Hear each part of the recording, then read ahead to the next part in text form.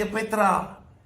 Datuk Seri Anwar Ibrahim bukan macam jantan tak ada telur bernama Muhyiddin Yassin yang sanggup lockdown satu negara semata-mata takut kita adakan sidang parlimen dan buat undi tak percaya ke atas beliau.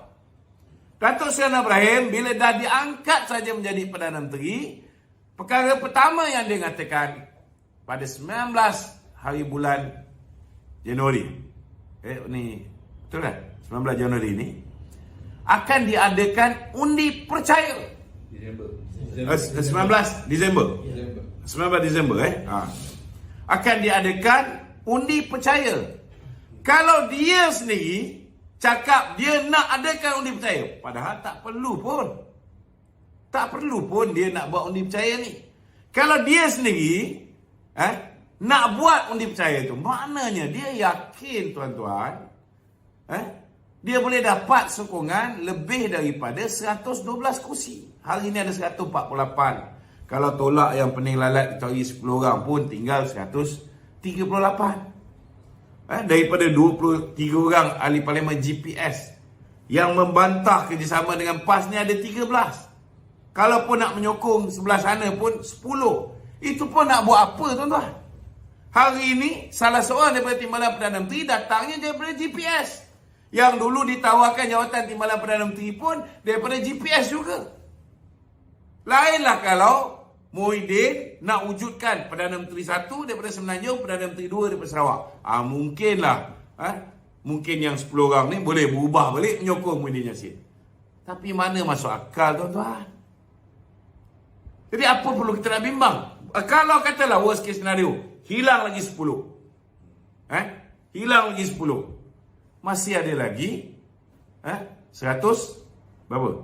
Tadi 148 tolak 20, ada lagi 128. Tuan-tuan, 128 katakanlah GRS 6 hilang. Ada lagi 122 tuan-tuan. Maknanya kita ada ekstra 10 lagi.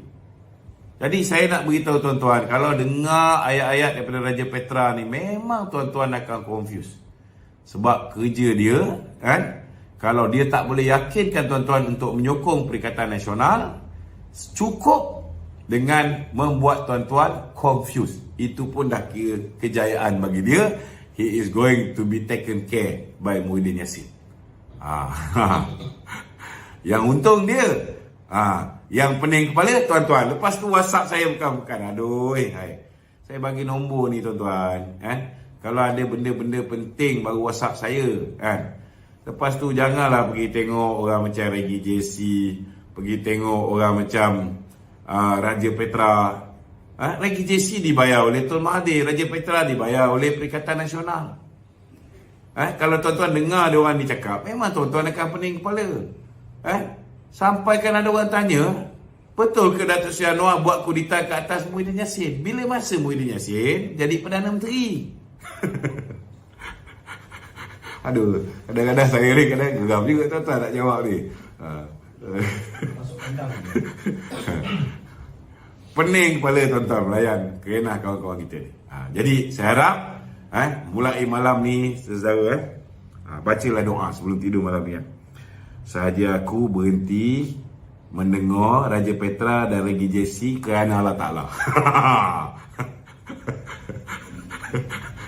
Pasang niat macam ni lagi senang, tak memeningkan kepala saya tuan-tuan. Kalau tuan-tuan dengar penghasut-penghasut yang dibayar oleh Muhyiddin Yassin, tuan-tuan mesti pening. Apa jadi dengan kita punya YouTube channel ni dah tak boleh nak komen? Terberhenti komen kat situ. Kenapa? Okey, silakan saudara Hafiz. Tok, nak tanya sikit tu dia ada cakap juga dalam video dia. Dia kata mesyuarat sehari sebelum ke Istana Negara yang Tuanku titah 30 ahli parlimen tu mesyuarat MKT tu berlaku huru-hara, dia kata siap nak bertumbuk. Tuan-tuan, kalau berlaku huru-hara dalam mesyuarat MKT tu, pertamanya saudara, tak adalah semua solid memberikan sokongan kepada Presiden UMNO. Ini tuan-tuan, kalau dengar cakap orang yang duduk di Manchester, apa dia tahu apa yang berlaku di dalam mesyuarat MKT UMNO? Memanglah kerja dia memutar-belitkan fakta. Benda yang tak betul, semua dia rekanya, saudara. Jadi, percayalah tuan-tuan, kalau misalnya dalam MT ni tak solid bersama dengan Presiden UMNO, sudah pastilah orang macam Syedah Kasim tak boleh dipecat. Sudah pasti orang macam Anwar Musa tak boleh dipecat. Isteri kepada Syedah Kasim, Ketua Wanita Arau yang memberikan sokongan kepada lelaki dia bertanding dalam pilihan raya, tak boleh dipecat. Isteri kepada Ismail Maran, Ahli Parlimen Maran, yang memberi sokongan kepada lakinya bertanding atas tiket Perikatan Nasional, dia pun Ketua Wanita Maran, tak boleh dipecat. Tuan-tuan, kalau Presiden tak dapat sokongan ahli majlis kerja tertinggi, satu keputusan pun tak boleh buat, tuan-tuan. Ini kena faham. Kalau dengar cakap Raja Petra ni, memang kita akan pening kepala. Itu sebab saya cadangkan, tuan-tuan, berhentilah dengar daripada cakap Raja Petra. Sebab memang dia dibayar oleh Perikatan Nasional. Hari ni yang tolong share dia, yang viral ni, ialah puak-puak kecewa yang tak boleh move on. Termasuklah ahli parlimen yang dulu ketua pemuda. Sekarang masih ketua pemuda ke budak kepala sekarang tu kan? Dia duk belasah Presiden UMNO. Dia kata kabinet Anwar ni kabinet yang huru hara. Apa pasal dia kata huru hara? Sebab melantik Datuk Seri Zahid Hamidi yang ada kes mahkamah sebagai timbalan Perdana Menteri. Saya nak beritahu dengan siapa nama dia, Fazli, ketika korang ni menandatangani Muafakat Nasional, Piagam Muafakat Nasional, ketika korang mengangkat, memuji, melambung Datuk Seri Zahid Hamidi kerana berjaya menyatukan umat Islam PAS dengan UMNO, masa tu dia dah ada 87 pertuduhan. Hari ni 40 dah clear, 47 lagi insyaAllah akan clear. Kenapa dulu kau tak kata dia ni rasuah, salah guna kuasa dan sebagainya? Malah Haji Hadi mengatakan seseorang itu seseorang itu selagi belum dijatuhkan hukuman bersalah, dia tetap tak bersalah. Ini ayat Haji Hadi ketika itu. Engkau pun kecil-kecil dah pandai belajar ikut Presiden PAS.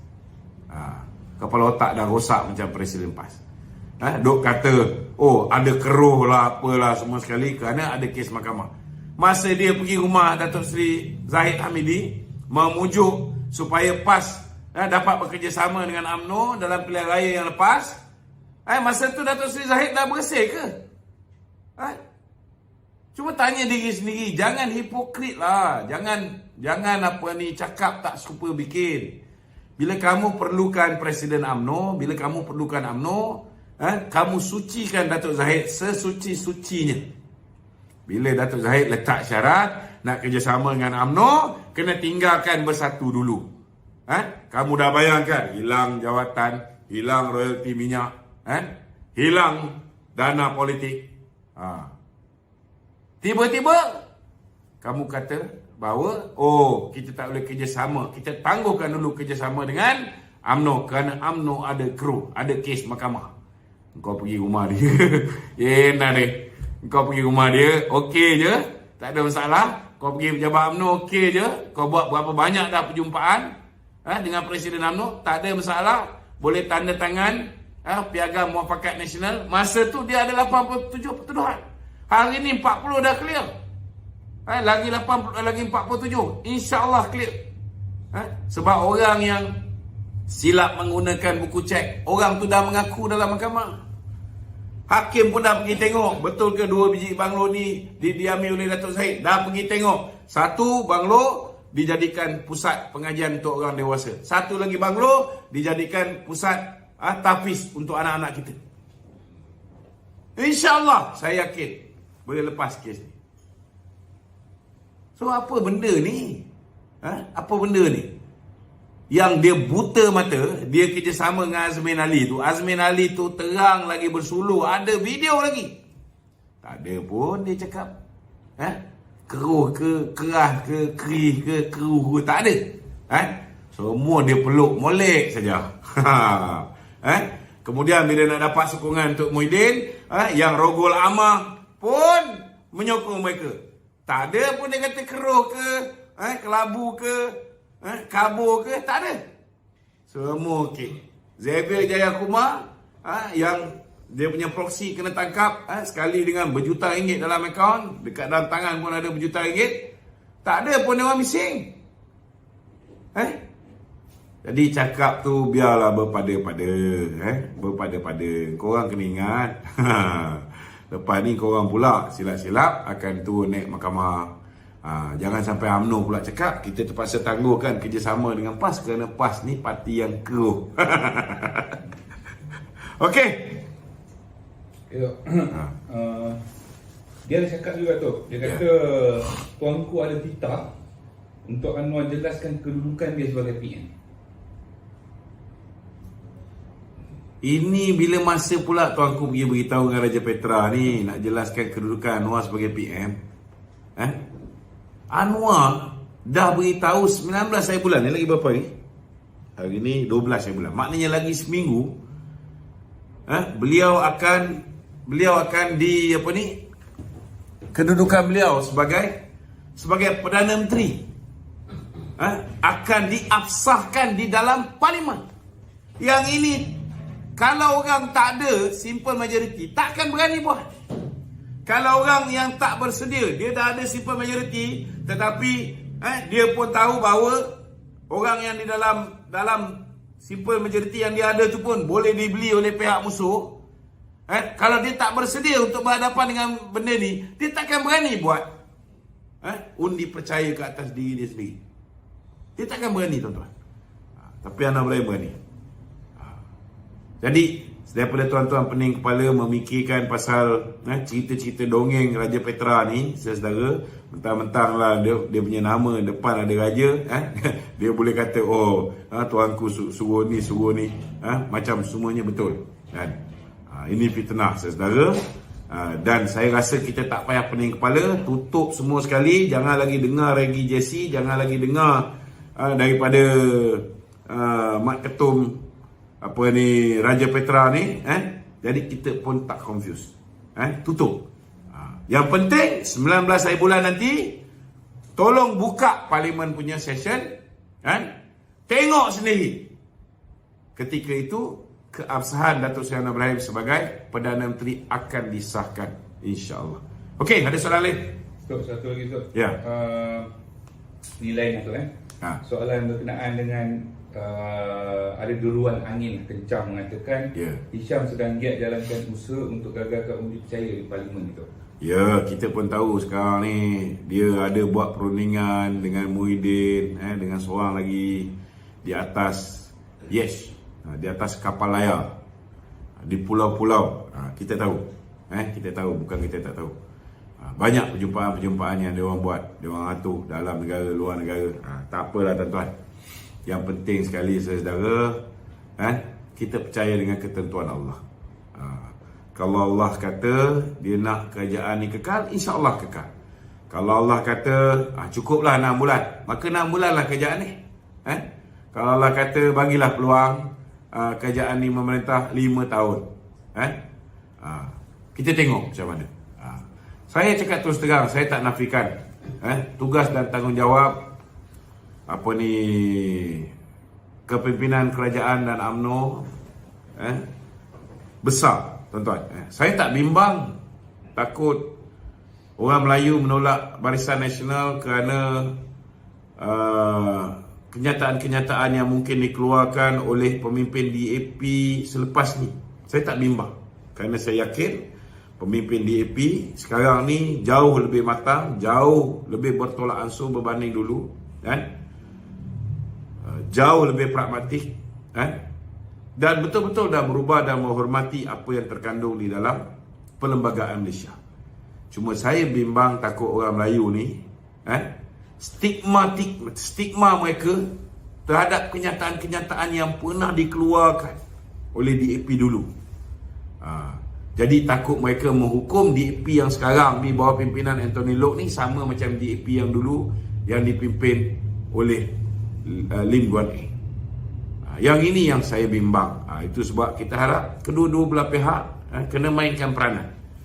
Jentera UMNO dan Barisan Nasional kena beritahu kepada kaum B kenapa kita kena bersama dengan Pakatan Harapan. Jentera Pakatan Harapan pula kena beritahu apa kelebihan jika mereka bersama dengan Barisan Nasional. Jadi kalau masing-masing memainkan peranan, meyakinkan kaum B mereka, dan kemudian mereka banyak membuat sesi-sesi penerangan, penjelasan, berdialog dengan kaum B secara bersama. Dah kenalah keluar ni, kena orang UMNO, orang PKR, orang Amanah, orang DAP, dah kena sepentas kerap untuk memperjelaskan kepada kaum B. Saya yakin tuan-tuan, walaupun kerja ni susah, sebab kita dah bermusuhan berpuluh tahun, but nothing is impossible. We can do it. Yang penting kita kena yakin dan percaya di antara satu sama lain. Kalau kita mulakan perhubungan ini dengan mempercayai satu sama lain, insya-Allah tuan-tuan. Tapi kalau kita memulakan perhubungan ini dengan mencurigai satu sama lain, belum apa-apa dah ada niat, ini kita buat sementara saja.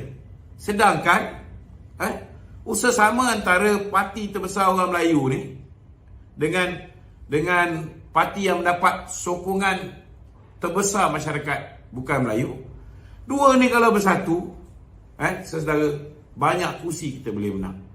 Dan kedua-dua belah pihak akan untung di atas kerjasama ni. Jadi benda yang baik ni, kenapa nak fikir nak buat kerjasama ni hanya short term? Kita kena fikir tentang long term. Apa benefit for the country? Ini kita kena fikir, tuan-tuan.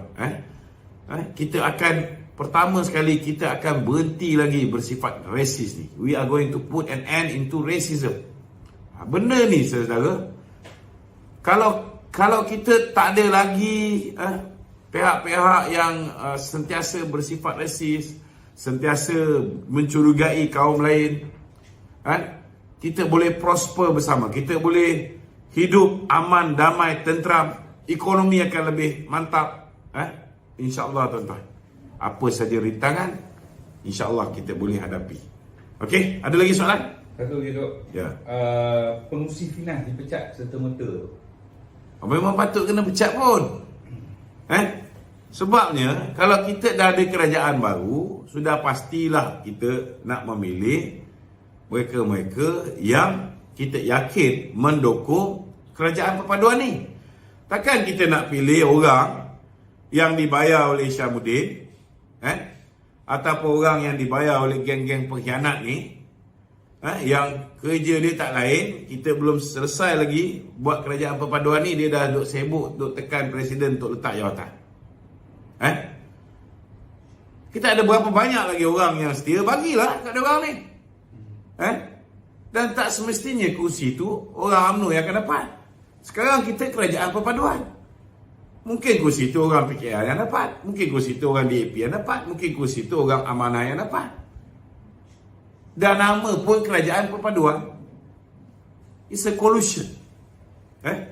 Ia sebuah kerajaan campuran. Jadi bukan semua JLC ni UMNO akan pegang. Kalau nak semua JLC UMNO akan pegang, lain kali buat kerja lah. Kalau semua orang buat kerja, bantu presiden, kita menang besar, tak ada masalah. Kita boleh agihkan kursi-kursi JLC ni kepada semua orang UMNO je, ataupun orang BN je. Kita boleh buat. Tapi masalahnya yang sabotaj parti pun kuat. Yang tak keluar mengundi pun ramai. Yang tak keluar mengundi ni ramai. 62.15% orang Melayu yang keluar mengundi. Maknanya yang tak keluar tu ada lebih kurang dalam 37.85% tak keluar mengundi. Apa cerita ni? Lepas tu sibuk, bila tempat tu patut letak orang Melayu, letak orang bukan Melayu. Baru bising. Kau orang punya salah, kau orang tak keluar mengundi. Lepas tu cakap, kita kena pertahankan ni UMNO ni. Bukan main sedap mulut cakap. Siapa yang mudah dibeli dengan duit-duit Perikatan Nasional dengan PAS ni? Kalau mereka ketika itu tidak membangsatkan diri mereka, mengambil sedikit imbuhan, boleh kenyang 5-6 hari saja, dan gadaikan masa depan untuk 5 tahun, ada berlaku macam sekarang. Berapa kali dah kita kata, jangan undi berbelah bagi. Jangan bagi undi pada Perikatan Nasional. Nak bagi undi sama ada BN atau PH. Kan? Tidak. Dia orang bagi dulu undi pada Perikatan Nasional. Semata-mata dapat imbuhan sikit. Sekarang korang jawab lah. Sekarang jawab. Tapi janganlah fitnah benda yang lama, tuntutan daripada Ngah Komeng punya kenyataan yang lama diulangnya balik. Ngah Komeng dulu dengan Ngah Komeng sekarang tak sama. Ngah Komeng sekarang ni kalau dia keluar kenyataan macam tu, orang DAP yang akan balon dia. Kena faham tu. DAP juga melalui fasa. Mereka pun pernah hilang kerusi, hilang kerajaan. Apa ingat dia orang tak sentak? Dia orang pun sentak juga.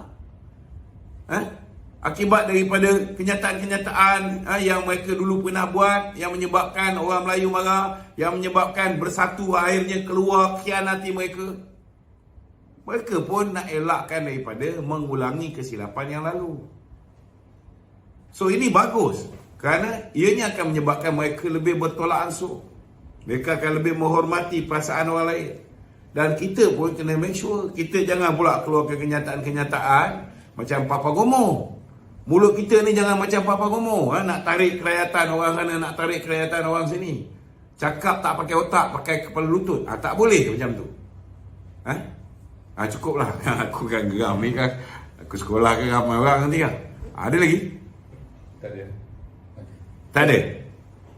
Boleh. Okey, cakap. Okey tu, mengenai 4 ahli parlimen besar tu Sabah tu yang umumkan keluar parti tu. Adakah bila dia umum tu dia sah? Okey, kita dah ulas benda ni semalam. Okey. Semalam pandangan saya tak hilang. Pandangan Daryl Liking hilang. Okay. Hari ni sudah ada kenyataan daripada bekas menteri undang-undang yang mengatakan bahawa kerusi itu perlu dikosongkan. Jadi kita serahkan kepada kepimpinan untuk menentukan perkara ini. Kalau misalnya kepimpinan merasakan bahawa benda ni patut dibawa ke mahkamah, maka biarlah serah kepada mahkamah untuk menentukan sama ada kerusi itu kosong ataupun tidak. Tak, soalan dia adakah dia kata ianya perlu diterima secara rasmi oleh Setiausaha Agong 1 dulu tu. Yalah, memang betul lah. Sekarang ni tunggulah Hamzah Zainuddin nak terima tak mereka ni keluar parti. Kalau mereka terima, mereka ni keluar parti, automatik kalau ikut Datuk Seri Wan Junaidi, kursi tu kosong. Kan? Kalau misalnya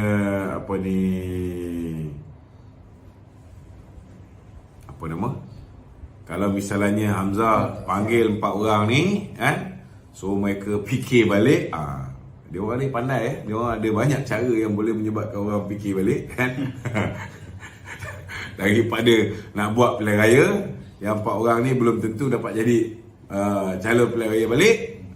Tak mustahil mereka ni boleh patah balik.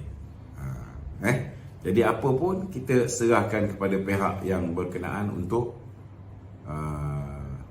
memutuskan. Okey? Ada lagi? Okay, tu, yang hari ni viral tu pasal Timbalan Perdana Menteri cakap ada seseorang yang telah menyelamatkan UMNO daripada diharamkan tu. Itu kena tanya Timbalan Perdana Menteri lah. Mesti ada sebab kenapa Timbalan Perdana Menteri tak nak beritahu siapa orang tu.